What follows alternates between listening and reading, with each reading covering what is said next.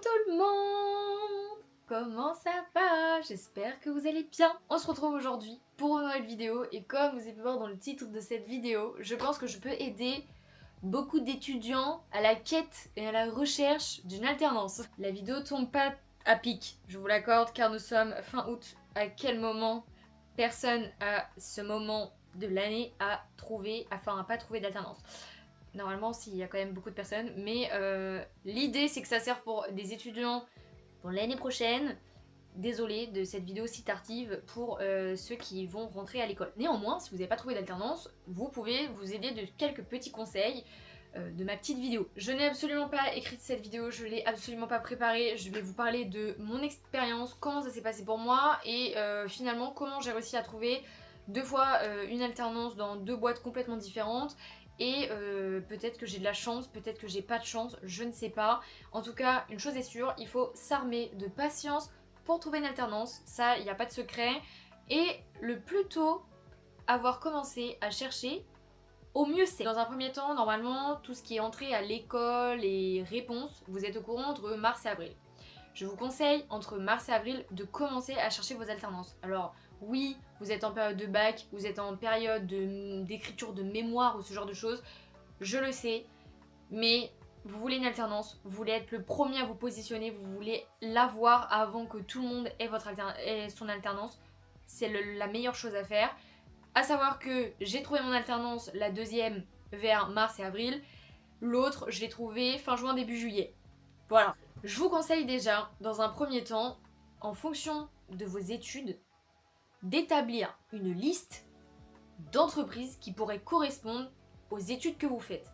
Allez pas postuler dans une société qui prenne des alternants mais qui ne correspond pas à votre niveau d'études ou aux études que vous faites. Ça sert strictement à rien, vous allez perdre votre temps et en plus de ça, vous allez faire perdre du temps également aux recruteurs.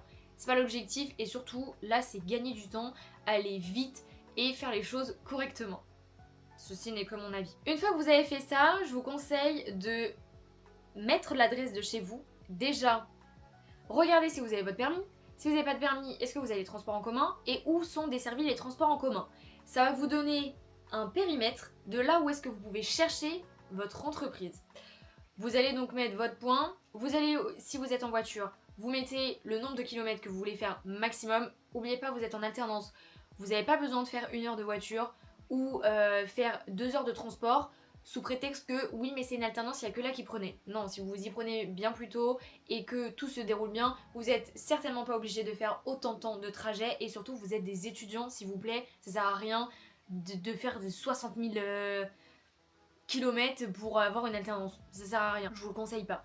Cherchez vraiment pas très loin de chez vous, c'est moi qui vous dis ça alors que ma deuxième alternance c'était littéralement à 1 heure de chez moi en voiture, mais soit. Des fois je l'accorde, justement, on n'a pas trop le choix. Donc ce qui fait que généralement on peut parfois se retrouver bloqué, mais dans un premier temps, déjà ça va se faire en plusieurs phases. Vous avez la première phase où justement vous allez mettre tout ça en route et ensuite après il va falloir élargir son périmètre parce que les mois sont en train de passer, les gens et les sociétés ont trouvé leur alternant ou les gens ont trouvé une alternance et du coup il faut élargir le périmètre. Une fois que vous avez établi votre périmètre, vous allez chercher les sociétés du coup qui correspondent à votre niveau d'études et à ce que vous devez faire, etc. etc. Donc ce que j'ai expliqué tout à l'heure, ça va vous trier automatiquement au volet plein de sociétés. Dans un premier temps, si vous n'avez pas de permis, parce que moi c'est ce qui m'était arrivé, j'appelais toutes les sociétés.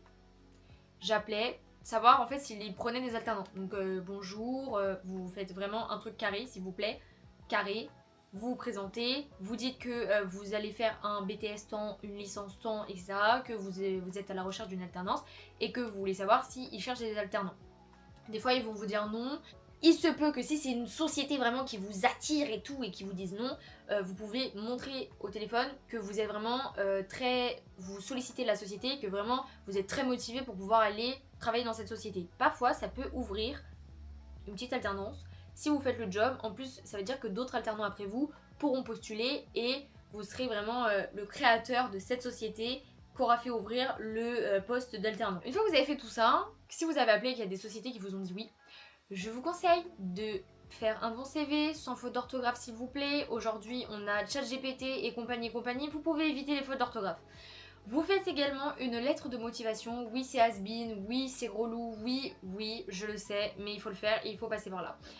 Pour ceux qui sont dans la communication, parce que vous savez que je suis chargée de communication, faites un CV original, mais pas trop original, d'accord? Il y a la petite limite, ok? Oui, un truc qui change par rapport au CV classique, mais pas trop non plus, parce qu'en fait sinon, alors oui on va dire que c'est original, mais s'il n'y a pas les informations que le recruteur cherche, vous êtes banni, vous êtes nexté, ok, d'un coup. Je vous dis ça, c'est pour vous, hein, voilà. Vous prenez l'info, vous la prenez pas. Pareil, une lettre de motivation, alors vous pouvez la faire manuscrite, mais si vous devez déposer 10 CV, je pense pas que vous allez m'écrire 10 fois sur une feuille un gros pavé. Aujourd'hui, c'est accepté avec l'ordinateur. Faites quelque chose de personnalisé, pas de quelque chose de générique. Et vous faites quelque chose d'un peu sympa et vous montrez votre intérêt pour la société et votre motivation, d'accord? Surtout généralement quand on est alternant, on veut postuler dans des entreprises qu'on adore ou dans des enseignes qu'on adore. Donc vous pouvez dire que vous portez cette marque depuis tant de temps ou que vous êtes attiré par cette société parce que elle a fait ça ou vous avez envie de participer à la structure de cette société, savoir comment elle fonctionne. Vous avez plein de choses comme ça et je vous conseille de le faire, c'est super important. Le jour J, vous devez déposer vos CV, vos lettres de motivation dans les sociétés que vous avez appelées ou vous n'appelez pas et vous voulez faire le tour et donner en main propre parce que la première impression est toujours la bonne, etc. etc. Vous pouvez. Par contre, s'il vous plaît, vous me sortez les tenues professionnelles. Vous n'allez pas en mode jean basket, jogging TN. Non, non. Tenue pro. Alors, je ne demande pas à sortir le costume non plus pour les hommes et je ne demande pas à sortir la robe de soirée pour les femmes, non. Mais un minimum. C'est-à-dire, vous pouvez mettre les garçons des jeans, un polo, une paire de baskets, vous êtes présentable. En fait, l'idée, c'est d'être présentable. C'est pas forcément de se dire oui, non, mais il faut être super bien sapé. Non. Présentable. C'est juste la première impression, elle est super importante. Les 4x20, les 20 premières secondes, je sais plus ce que c'est, je vous l'écris, mais c'est super important. Et il se peut que quand vous donnez vos CV, vous avez affaire à la responsable de magasin. Encore plus important, il faut qu'elle ait une bonne image de vous si vous voulez être pris dans cette société.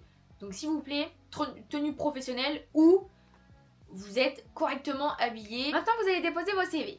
Alors, combien de temps vous attendez avant de relancer ? Je vous dis entre 15 jours et 3 semaines. Si entre 15 jours et 3 semaines, vous avez eu 0 réponse, rappelez la société. Oui, bonjour, j'ai déposé votre CV telle date, etc.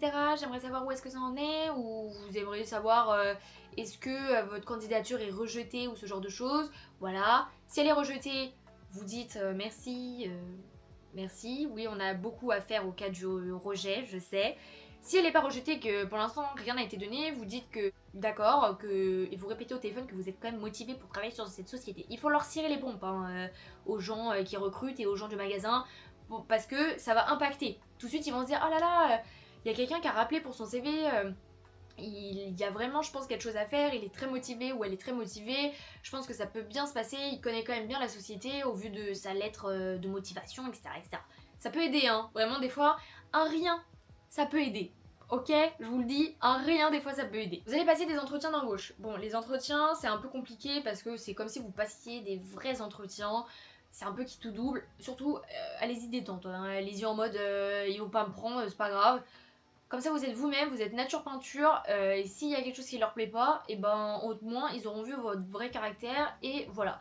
Je sais, c'est primordial, il faut trouver une alternance, mais à vouloir être trop parfait et être trop carré, des fois ça fonctionne pas. Les 2 entretiens que j'ai fait pour une alternance, j'ai été en mode nature peinture, en mode personne va me prendre. Et ça a payé parce que les 2 sociétés où j'ai fait justement mes entretiens, ils m'ont pris. Parce que j'étais moi-même, parce que j'étais nature peinture, on rigole, on est détente, on n'est pas là pour passer un entretien d'embauche pour un CDI qui va vous durer 30 ans. Hein. Pas du tout, on est là pour une alternance, rien à voir. Donc voilà, vous faites votre entretien, vous attendez les réponses, des fois vous n'avez pas de réponse, des fois c'est très long, vous pouvez vous permettre de rappeler un petit coup, ça ne paye pas de pain, ça mange pas de pain, pardon. Et parfois, bon bah, ça peut des fois trancher dans la balance parce que vous attendez un retour de la société. Voilà globalement comment vous pouvez faire pour trouver une société. J'ai pas donné de recette miracle, mais rien que déjà affiner votre système de recherche, mettre votre périmètre, montrer que vous êtes motivé, etc., etc., etc. Honnêtement, il y a beaucoup de facteurs que, mis bout à bout, vous vous dites non mais Célia, c'est quoi c'est ce que tu viens de nous donner. Je vous jure, des fois ça peut faire la diff. Vous avez aussi la deuxième option, qui est vous entrez dans une école un petit peu privée ou privée, et ils ont des systèmes, des plateformes avec des sociétés qui travaillent avec votre école et du coup vous pouvez postuler. C'est comme ça que ça s'est passé pour ma deuxième alternance justement, parce que l'école proposait une plateforme où les sociétés postulaient comme quoi qu'ils cherchaient des alternants, et donc toi tu avais une alerte pour dire qu'il y a telle société qui pourrait correspondre à ce que toi tu veux faire en alternance, et après vous enchaînez sur tout ce qui est entretien d'embauche, etc., etc., etc. Donc ça peut être la deuxième option, c'est pas disponible partout, c'est pour ça que la première quand même, elle est intéressante et elle est un petit peu formatrice, parce que c'est là où on se rend compte c'est quoi le monde du travail, hein. Vraiment c'est dur, il faut s'accrocher, vous allez pouvoir déposer vos CV dans une cinquantaine de sociétés, vous allez des fois ne pas avoir de réponse. J'espère que cette vidéo vous a plu, je sais absolument pas, je vous ai vraiment parlé avec mon cœur et comment ça s'est passé pour moi, comment généralement les retours d'expérience de mes copines ou quoi que ce soit, comment elles ont trouvé. C'est vrai que c'est aussi un petit peu au petit bonheur la chance, et si vous êtes là au bon moment, au bon endroit, ça peut marcher à fond. Et des fois ça prend et des fois ça prend pas. Je sais que des fois c'est très long, je sais que c'est très décourageant. C'est que le début, hein, malheureusement, du monde du travail. C'est vraiment véridique de comment ça se passe dans le monde du travail. Et vous allez vous apercevoir que des fois, voilà, c'est pas vraiment très fun. Donc voilà, j'espère que cette vidéo vous a plu. J'espère que les clés que j'ai pu délivrer, peut-être pour certains, ont pu résonner et que ça peut refaire un bon cheminement. J'espère que vous allez trouver votre alternance. Je croise fort fort les doigts et jusqu'ici, je vous invite à liker cette vidéo si elle vous a plu, à vous abonner en cliquant juste en dessous si vous êtes à la recherche de plus de conseils, que ce soit pour la vie quotidienne ou que sais-je. Je vous retrouve, je sais plus quand, mardi pour une nouvelle vidéo. Et jusqu'ici, je vous souhaite une bonne semaine. Bye!